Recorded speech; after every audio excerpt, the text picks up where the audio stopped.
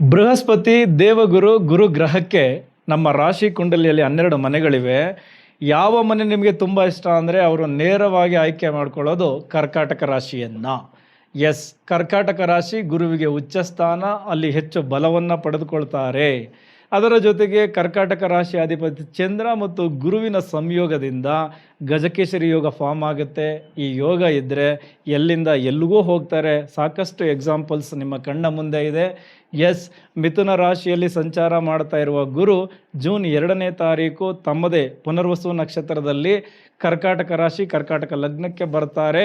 ಇದರಿಂದ 1 ವರ್ಷಗಳ ಗುರು ಗೋಚಾರದ ಫಲ ಕರ್ಕಾಟಕ ರಾಶಿ ಕರ್ಕಾಟಕ ಲಗ್ನದವರಿಗೆ ಹೇಗಿರುತ್ತೆ, ಇಲ್ಲಿ ಪುಷ್ಯ ನಕ್ಷತ್ರ ಮತ್ತು ಆಶ್ಲೇಷ ನಕ್ಷತ್ರದಲ್ಲಿ ಸಂಚಾರವನ್ನು ಮಾಡ್ತಾರೆ. ಅದರ ಜೊತೆಗೆ ಏನು ಸಿಂಹ ರಾಶಿಗೂ ಕೂಡ ಒಂದು ರೌಂಡ್ ಹೋಗಿ ಬರ್ತಾರೆ. ಅದರ ಫಲವನ್ನು ಬೇರೆ ವಿಡಿಯೋಗಳಲ್ಲಿ ನೋಡೋಣ. ಅಲ್ಲಿ ವಕ್ರ ಸಂಚಾರವನ್ನು ಮಾಡಿದಾಗ ಒಟ್ಟಾರೆ ಈ ಲಗ್ನಕ್ಕೆ ಬಂದಂತಹ ಗುರುವಿನಿಂದ ಏನೆಲ್ಲ ಎಚ್ಚರಿಕೆಗಳನ್ನು ತೆಗೆದುಕೊಳ್ಳಬೇಕು ಮತ್ತು ಲಗ್ನದಿಂದ ದೃಷ್ಟಿ ಹಾಕುವ ಮನೆಗಳಿಂದ ಏನೆಲ್ಲ ನಿಮ್ಮ ಲೈಫಲ್ಲಿ ಲಾಭಗಳಿವೆ ಎಲ್ಲವನ್ನು ಲೆಕ್ಕಾಚಾರ ಹಾಕೋಣ. ಮೊದಲನೇದಾಗಿ ಲಗ್ನಕ್ಕೆ ಗುರು ಬಂದಾಗ ಅದನ್ನು ಜನ್ಮಗುರು ನರೋದುಃಖಂ, ಜನ್ಮಗುರು ರಾಮನಿಗೆ ವನವಾಸ, ಅಥವಾ ಲಗ್ನದಲ್ಲಿ ಗುರು ಇದ್ದರೆ ಅದು ಅಷ್ಟಮ ಶನಿಗೆ ಸಮಾನ ಅಂತ ಶಾಸ್ತ್ರದ ಉಲ್ಲೇಖ ಇದೆ. ನೀವು ಸರಿಯಾಗಿ ಅರ್ಥ ಮಾಡಿಕೊಂಡ್ರೆ ತೊಂದರೆಗಳು ಕಡಿಮೆ, ಲಾಭಗಳು ಜಾಸ್ತಿ. ಎಸ್, ಈಗ ಸಿಂಪಲ್ಲಾಗಿ ಅರ್ಥ ಮಾಡ್ಕೊಳ್ಳಿ. ನಿಮ್ಮ ಮನೆಗೆ ಒಬ್ಬರು ಬಾಸ್ ಬಂದಿದ್ದಾರೆ. ಆ ಬಾಸ್ ತುಂಬ ಶಿಸ್ತಿನ ಸಿಪಾಯಿ. ನೀವು ಕೂಡ ಅಷ್ಟೇ ಶಿಸ್ತಿಂದ ಇರಬೇಕಾದ ವಿಚಾರಗಳು ಎದುರಾಗುತ್ತೆ. ನೀವು ಆ ಶಿಸ್ತನ್ನು ಅಳವಡಿಸ್ಕೊಂಡ್ರೆ ಡೆಫಿನೆಟ್ಲಿ 1 ವರ್ಷಗಳ ಕಾಲ ಒಳ್ಳೆಯ ಶೇಪ್ ಪಡೆದುಕೊಳ್ಳುತ್ತೆ ನಿಮ್ಮ ಬದುಕು. ಮುಂದಿನ ವರ್ಷಗಳು ತುಂಬ ಚೆನ್ನಾಗಿರುತ್ತೆ. ಈ ಲಗ್ನಕ್ಕೆ ಗುರು ಬಂದು ಎಲ್ಲವನ್ನು ನಿಮಗೆ ಕಲಿಸ್ಕೊಡ್ತಾರೆ. ನೀವು ಕಲೀಲಿಲ್ಲ ಅಂದರೆ ತುಂಬ ತೊಂದರೆಗಳು ನಿಮ್ಗೆ ಎದುರಾಗುತ್ತೆ.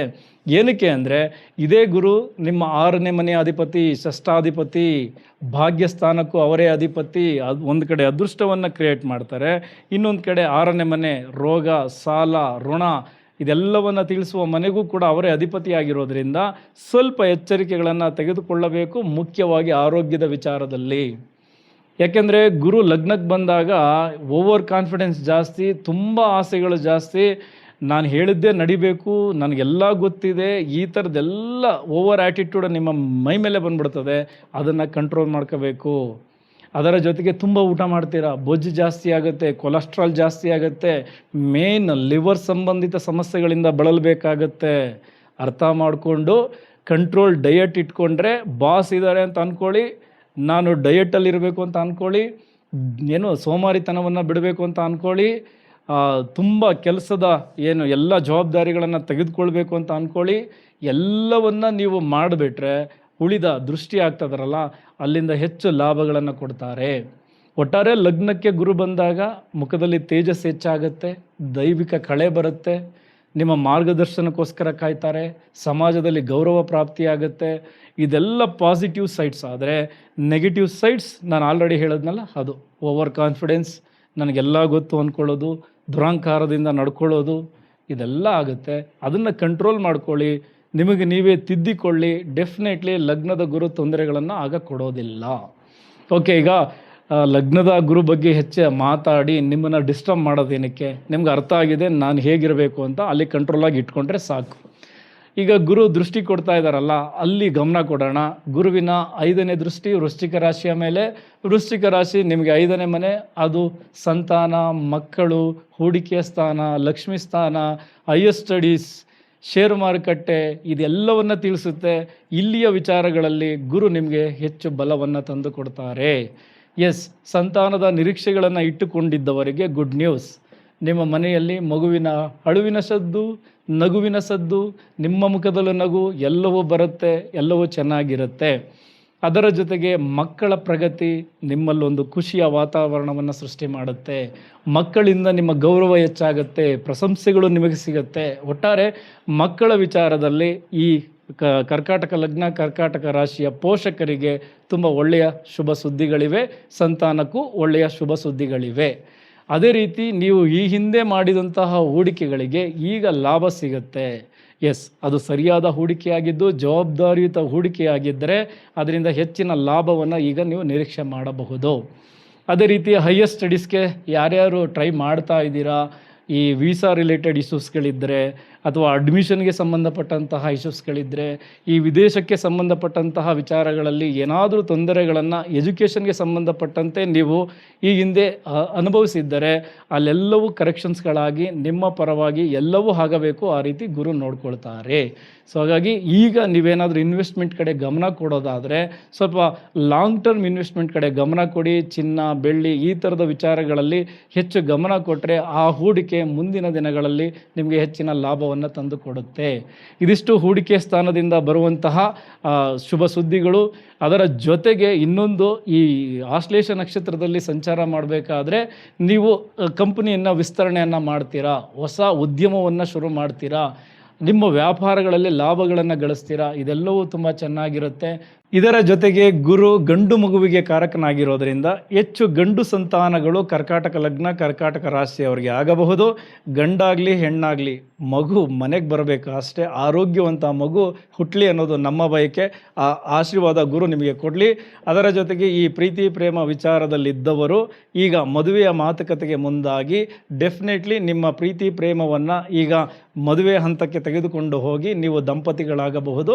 ಅಥವಾ ಬ್ರೇಕಪ್ ಆಗಿದ್ದಂತಹ ಪ್ರೀತಿ ಈಗ ಮತ್ತಷ್ಟು ಮಾತುಕತೆಯನ್ನು ಮಾಡಿಕೊಂಡು ನಿಮ್ಮ ಪ್ರೀತಿಯನ್ನು ಸರಿ ಮಾಡ್ಕೊಳ್ತೀರಾ, ಮತ್ತೆ ಪ್ರೀತಿಯಲ್ಲಿ ಮುಂದುವರಿತೀರಾ.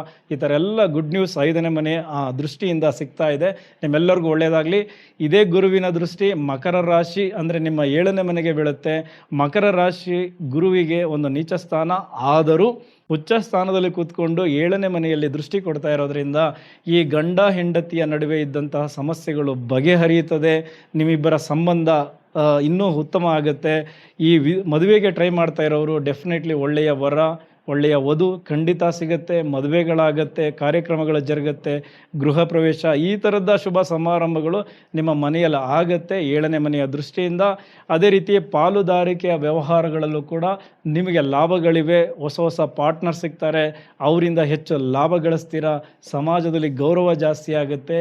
ಇನ್ನು 9ನೇ ಮನೆ ಭಾಗ್ಯಸ್ಥಾನ, ನಿಮ್ಮ ಭಾಗ್ಯಸ್ಥಾನದ ಅಧಿಪತಿಯೇ ಗುರು ಲಗ್ನದಲ್ಲಿ ಬಂದು ಉಚ್ಚ ಸ್ಥಾನದಲ್ಲಿ ಕುಂತಿರೋದ್ರಿಂದ ಅದೃಷ್ಟ ತುಂಬ ಚೆನ್ನಾಗಿ ಕ್ರಿಯೇಟ್ ಆಗುತ್ತೆ.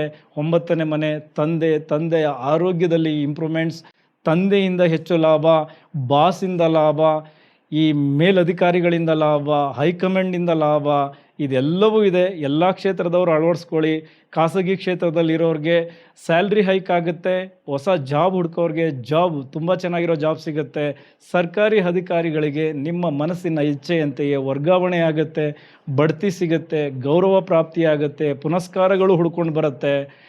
ರಾಜಕೀಯ ವಲಯದಲ್ಲಿರೋರಿಗೆ ಅಧಿಕಾರ ಪ್ರಾಪ್ತಿಯಾಗುತ್ತೆ. ಏನಕ್ಕೆ ಅಂದರೆ ಪುಷ್ಯ ನಕ್ಷತ್ರದಲ್ಲಿ ಸಂಚರಿಸಿದಾಗ, ಅದು ಪುಷ್ಯ ಶನಿಯ ನಕ್ಷತ್ರ, ಡೆಫಿನೆಟ್ಲಿ ಈ ಥರದ್ದೆಲ್ಲವೂ ರಾಜಕೀಯ ಕ್ಷೇತ್ರದಲ್ಲಿ ನಿಮಗೆ ಸಿಗುತ್ತೆ. ಹೊಸ ಅಧಿಕಾರ ಸಿಗುತ್ತೆ, ನಿಮ್ಮ ವರ್ಚಸ್ಸು ಜಾಸ್ತಿ ಆಗುತ್ತೆ, ಜನಾಕರ್ಷಣೆಯನ್ನು ಪಡೆದುಕೊಳ್ತೀರಾ. ಇದೆಲ್ಲವನ್ನು ಗುರು ತಾನಿದ್ದ ಮನೆಯಿಂದ ದೃಷ್ಟಿ ಹಾಕಿ ನಿಮಗೆ ತಂದು ಕೊಡ್ತಾ ಇದ್ದಾರೆ. ಅದನ್ನು ಸರಿಯಾಗಿ ಬಳಸ್ಕೊಳ್ಳಿ. ನಾನು ಹೇಳ್ತಾ ಇದ್ದೀನಿ, ಟೀಚರ್ಸ್ ಇರ್ಬೋದು, ವಕೀಲರು ಇರ್ಬೋದು, ಅಥವಾ ಪ್ರೈವೇಟ್ ಕಂಪ್ನಿಯಲ್ಲಿ ಕೆಲಸ ಮಾಡ್ತಾ ಇರ್ಬೋದು, ನಿಮ್ಮೆಲ್ಲರಿಗೂ ಒಳ್ಳೆಯ ಶುಭ ಸುದ್ದಿ. ಅದೇ ರೀತಿ ಗೌರ್ಮೆಂಟ್ ಕೆಲಸಕ್ಕೆ ಟ್ರೈ ಮಾಡ್ತಿರೋರಿಗೆ ಯಾವಾಗ ಸೂರ್ಯನು ಕೂಡ ಈ ಕರ್ಕಾಟಕ ಲಗ್ನಕ್ಕೆ ಬರ್ತಾರೆ, ಅಲ್ಲಿ ಸೂರ್ಯ ಗುರು ಒಂದಾದಾಗ ಅದೊಂದು ದೊಡ್ಡ ಯೋಗವಾಗಿ ಕ್ರಿಯೇಟ್ ಆಗಿ ಸರ್ಕಾರಿ ಕೆಲಸಕ್ಕೆ ಟ್ರೈ ಮಾಡೋರಿಗೆ ಡೆಫಿನೆಟ್ಲಿ ಆ ಟೈಮಲ್ಲಿ ಕೆಲಸ ಸಿಗುತ್ತೆ.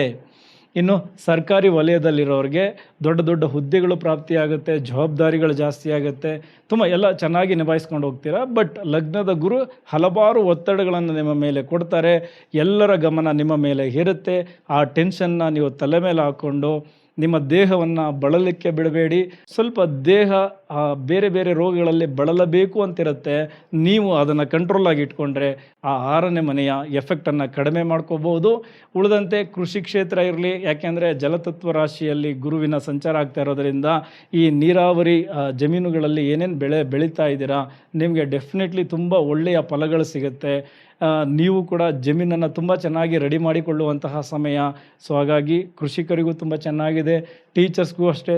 ನಿಮ್ಮ ಯಾಕೆಂದರೆ ಬೋಧನೆಯ ಕಾರಕ ಗುರು, ಟೀಚರ್ಸ್ಗಳಿಗಂತೂ ಅದ್ಭುತವಾಗಿರುತ್ತೆ ಈ ಒಂದು ವರ್ಷ.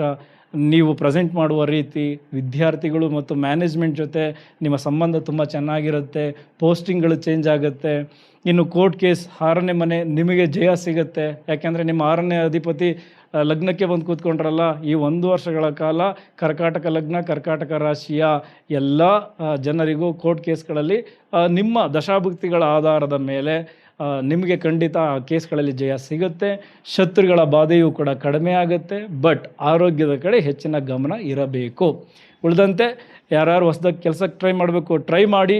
ಒಳ್ಳೆಯ ಸಂಬಳ ಸಿಗುತ್ತೆ, ಸಂಬಳವು ಹೈಕ್ ಆಗುತ್ತೆ, ಎಲ್ಲವೂ ಚೆನ್ನಾಗಿದೆ. ಬಟ್ ಲಗ್ನದ ಗುರು ಬಗ್ಗೆ ಎಚ್ಚರಿಕೆಯಿಂದ ಇರಿ ಅಂತ ಹೇಳ್ತಾ, ಕರ್ಕಾಟಕ ಲಗ್ನ, ಕರ್ಕಾಟಕ ರಾಶಿಯವರಿಗೆ ಗುರು ಆದಷ್ಟು ಒಳ್ಳೆಯದನ್ನೇ ಮಾಡಲಿ.